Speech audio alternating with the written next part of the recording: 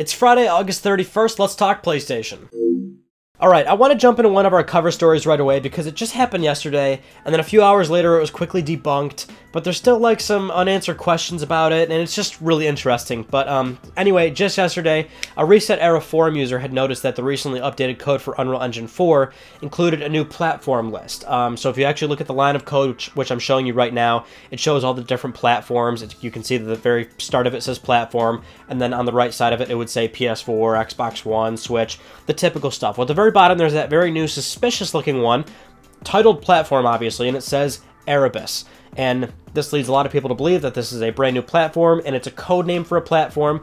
Many people leading it to think that it's probably PlayStation 5's code name because it's widely accepted and understood at this point that the next generation Xbox consoles is codenamed Scarlet. Now, it's entirely possible that it could be named something different, but as it stands right now, we have some pretty heavy sources and rumors all pointing towards those consoles being codenamed Scarlet. So, at the very least, now we're looking at this possibly being a PlayStation 5 codename. And if you look at sort of the meaning of the word Erebus, this is where a lot of people really kind of got carried away with it, because we love to speculate, as we often do as gamers. And the word Erebus is actually a Greek deity based off of darkness and deception. And going a little bit even further into that meaning, it's actually Erebus was the first of 5 deities to ever exist in Greek mythology. Now, if you also look at the previous nomenclature of PlayStation code names, at least for the last 3 hardware launches that Sony had done, so the PS4 back in 2012, before we even really knew what it was, that was codenamed Orbis. Then PlayStation VR was codenamed Project Morpheus, and then going into PS4 Pro, that was codenamed Neo. So there's a little bit of crossover here in terms of how the naming structure actually works out. So a lot of people were really going, oh man, this may very well be the reality of PS5. You also got to consider that during the PS4 reveal, Epic Games was on stage showing off Unreal Engine on PlayStation 4. I mean, so they would be one of the very first third-party developers to get a hold of a PlayStation 5 dev kit. Well, anyway, to dispel all this immediately, IGN had ran away with a story about it, and then on Twitter, Epic Games' Arjan Bruce, I hope I'm pronouncing his name right, but he responded basically saying that, no, this is actually just, it was codename for the Switch version of Fortnite, basically, before they had announced it. Now, okay, there you go, there's our answer, it was debunked. So the only few things, now, I'll tell you right now, I believe Arjan. I don't have any reason to not believe him, surely. So this is another classic situation where people got a little carried away here. Understandable, because that's what the internet does. But a few things to take away. It is rather unusual that it would be updated just recently to include that when the game's already been announced and released for the Switch. Fortnite, mind you. Also, it's a little bizarre that it would have platform in that first little section of code. It just seems like that wouldn't really be the... But again, it's supposed to be secretive, so surely that would be a good place to put it. But it just doesn't seem to make sense why this would be updated just recently. But I'm sure there's a grander, a better explanation for that Arjan couldn't get into because it's a 280 character limit on Twitter. He has really no reason to lie. However, that's the other point I want to get to, is that while I do believe him, at the same time you got to understand, let's play devil's advocate here, if that was the PlayStation 5 codename, if that was any indication of PlayStation 5's existence, which Sony would not want anybody to know about, because they're a hardware manufacturer and they don't want any of those leaks and things like that to get out, and as a third-party developer, it's their responsibility to keep it as secretive as possible. So there would be 2 ways that Epic Games would respond to that. The first one would be, we don't comment on rumor and speculation, and the second one would be an actual answer. In this case, we got an actual answer, and he was basically saying, this is what it really is, it's not what you guys think. The rumor and speculation comment, if Epic Games would have given that would have been a lot more suspicious, right? Because then that's them not acknowledging it whatsoever. That basically tells us that they don't want to talk about it. However, at the same time, because of the significance of this being, unannounced hardware, it's very possible that Epic Games would just have to straight up lie about it and possibly lead people into a different direction, which is why, a possible lie of Fortnite on Switch would be a reality. I'm not saying that's the case. However, you must keep in mind, when it comes to game announcements, and very much so importantly, hardware announcements, they will lie to you because they want to make these announcements on their own terms. They want to surprise people with a press event. They want to, and that's still far down the line. We don't expect PS5 or the next generation Xbox to be revealed until well into next year, more than likely. So, but I'm just saying, when leaks start coming out, Sony's not going to talk about it. Third-party developers aren't going to talk about it. If they did, they'd probably get in trouble with Sony.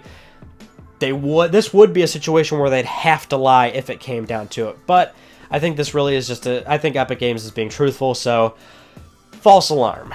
Let's go into our next news story, which is about, if you've used the PlayStation Store and if you've tried to search for content, you're more than familiar with that vertical alphabet that you have to scroll through to search for your games, which is horrible and stupid, and it took us a long time, but hey, that's actually updated now to an on-screen keyboard, just like you typically expect from any other part of the PS4's UI. I never understood why that was the store search function, and now this is available for everybody. You can just use an on-screen keyboard, like it is everywhere else on the PS4's UI. I don't know why Sony did that. Interesting fact, this was actually a feature in the 6.0 beta for everybody that's currently in that beta, and we haven't talked about that beta in a while because there's just nothing in it, really. That was like the only notable feature. And now that's just server-side available for everybody, so that's not even a firmware-related thing. So we still have no major news about 6.0 and if it's going to have a wide release anytime soon, and if there's even going to be any sort of greater impact. They say that it's going to be that it's going to optimize the user interface a little bit to make it faster. I will actually plan on doing a speed-related video in regards to that, because I actually have a PS4 that has been unupdated for a very long time. I actually took it out of the box recently to check it, and it's on firmware 2.5, so I think we can do a nice little speed comparison if Sony does claim that 6.0 will speed up the UI a little bit, and we will get a better understanding of how that'll look. For our next news story, I found this one rather fascinating, but Quantic Dream's David Cage recently tweeted a few pictures of what Detroit Become Human's scenes typically look like in terms of structure, and if you look at these pictures, it makes your head hurt a little bit. It certainly made mine hurt. And you know what? When I looked at this, not only was I thinking to myself, like, God, this is just insane how these guys do this, because, of course, the game's all about options, and it's a flow of events and things like that, so surely it's very complicated to piece together, as we can see from these images. But this also reminded me of, if you remember a long time ago, during the beta for Little Big Planet on PS3, way back in 2000, I think the beta was in early 2008 if I'm not mistaken, but it might have been late 2007, but the Little Big Planet beta, somebody had made a calculator, and they actually let you, when it got to the point where you could like download somebody's level and take a look at it in creative mode, or no, actually I think the guy also actually included a jetpack so you could just fly up and see, but anyway, he made a calculator in Little Big Planet, and you could fly up to see what it looked like. It was just all these wires everywhere, and it just looked so complicated, and that immediately made me think of that. So yeah, like it's just a fascination thing, dude. Like you gotta appreciate what these guys do sometimes on a day-to-day basis. Like that looks like a headache. Moving on to PlayStation Vue, Sony recently announced that for certain territories and markets, subscribers would now have access to 200 local broadcasts, which is pretty impressive. This is certainly getting to a point now, I think, where a lot of people are understanding the value of PlayStation Vue, and Sony's starting to make a real penetration into this market where they're trying to make PlayStation the epicenter of your living room. Now, I mean, yes, PlayStation 4 is the current console leader, so sure, people are buying PS4s to play games, but I'm seeing a lot of people, and this is anecdotal evidence, mind you, of what I'm seeing. I surely don't have numbers to back this up, but it seems like the tune and pitch of what people are talking about with PS Vue has changed over the years. I remember when PS Vue was announced, you know, people were like, oh, I don't care because that's just more television nonsense. But as years have gone on and more features have been added and they've made the service a little bit better, it seems like people are actually signed up to the service now, and they're cutting cable. They're either using Netflix, Hulu, or a combination of something like Amazon and PlayStation Vue to get their TV needs. And it just seems like Sony's actually making a bit of an impact here with making PlayStation like just the be-all, end-all place for you to be. Like, remember in 2013 when Microsoft like revealed the Xbox One, and that was their pitch, right? Is that this is the first thing you're going to turn on when you walk in the living room, because it does your games, your television, Skype, facial recognition, all that, all that nonsense. And then they kind of lost focus, and then they had trouble selling Xbox Ones, and we all know that story. But it's weird how that's started to turn out, and I discredited PlayStation Vue years ago, but it seems to be picking up steam. Moving on to our final news story, it's about SpiderMan. We all know SpiderMan's coming out September 7th. Hype is quite high, as it should be, because the game looks really good. It looks awesome, but therein lies the problem. It looks good, but hold on a second. So this past week, a big conversation proliferated all around the internet, but this started on Reddit because it appears as though the game has been downgraded. So if you actually compare certain stills from the E3 2017 footage to the footage that we're getting now in the game that's going to be printed on disc and released at retailers, it appears as though the game's been downgraded. Now, if you look at certain pictures, the lighting is incredibly different. There's less shadows, there's less texture detail. The one particular one I might be showing you right now, there's less puddles. Well, actually, Insomniac responded to these claims immediately. Actually, Insomniac's James Stevenson was quick to touch on this, saying that he's talked with the team. Nothing has actually happened. No, there's no actual downgrading in place here. And the puddle picture is just a matter of the puddle being scaled back a bit. It has nothing to do with performance or trying to get a better frame rate out of the game. The typical responses that usually happens with because this conversation comes up a lot with certain games. This game's been downgraded, this game's been downgraded. There's always those comparison stills, and the usual publisher developer response is that, well, it's a different time of day in the game, therefore lighting is a little bit different, and it's not an actual visual downgrade. And it's always a complicated conversation to have because there's certainly a case to be made about the fact that these are usually open world games. This conversation usually comes up with open world games. And we all know open world games have a nighttime and daytime cycle, sunrise, sunset. It would be hard to get the exact same sort of time of day and have the camera angle hit it just the same way as it did in the previous footage. But at the same time, it is absolutely the case where developers would like to release the prettiest vertical slice of a game to you early as possible, because they want you to get excited about the game and get you impressed and get you excited and hyped for the product that they're about to release so that you can go out and buy it. So it's a muddy conversation to have because who do you really want to believe here? Of course, I think Insomniac really has no reason to lie, because this conversation is conveniently ignoring many instances where this game actually seems to have improved and upgraded in many ways.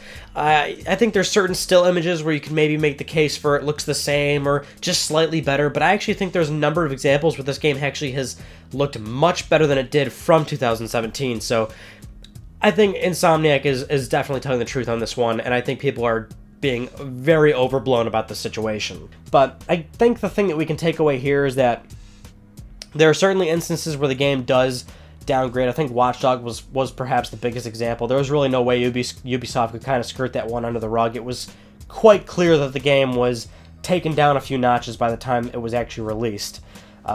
There's really no disputing that. SpiderMan, the game's not even really out yet, so once we're seeing it in front of our eyes, we can sort of make judgments of how well the game looks. But at the same time, this is the big thing I always take away from it. You're really not going to buy the game because of that. I mean, that's the real thing. Even if it was true, which, hey, it may very well likely be true, because sometimes that does just happen in the games industry. It's just a reality of it. And I'm not saying that happened here, but if it did, I mean, are you really not going to buy the game over it? I don't know. I mean, a lot of people like to make it a principle sort of thing, like, oh, it's, yeah, I'm still going to buy the game, but it's the principle of it, that you presented one thing to me and now it looks like this. I understand that. I don't know, the game still looks good. I mean, are you really not going to buy it because of that? Probably not. And if that is the case where you don't buy the game because of this issue, you've got a lot of other sort of demons that I think you need to work out. Alright, those are some of the news stories that I want to talk about with you guys from this past week. So if you didn't notice, last Monday, Tuesday, we didn't have a video. Like I said, I was a little too busy. Wasn't sure if I was going to get one out. However, we do have one coming out this Tuesday. You're going to really like it. We're going to go over Sony's worldwide studios. Sony owns 15 developers worldwide, constantly making games for PlayStation. Sometimes it's hard to keep up with. We're going to go over every single one of them and tell you what they're doing and what they're going to be doing after they're doing what they're currently doing. I know you liked how that one sounded. That was pretty dope. But that's all I got for you. So that concludes this week's episode of Let's Talk PlayStation. I'm Ryan Benecki. Thank you all so much for talking with me, and I will see you guys next Friday.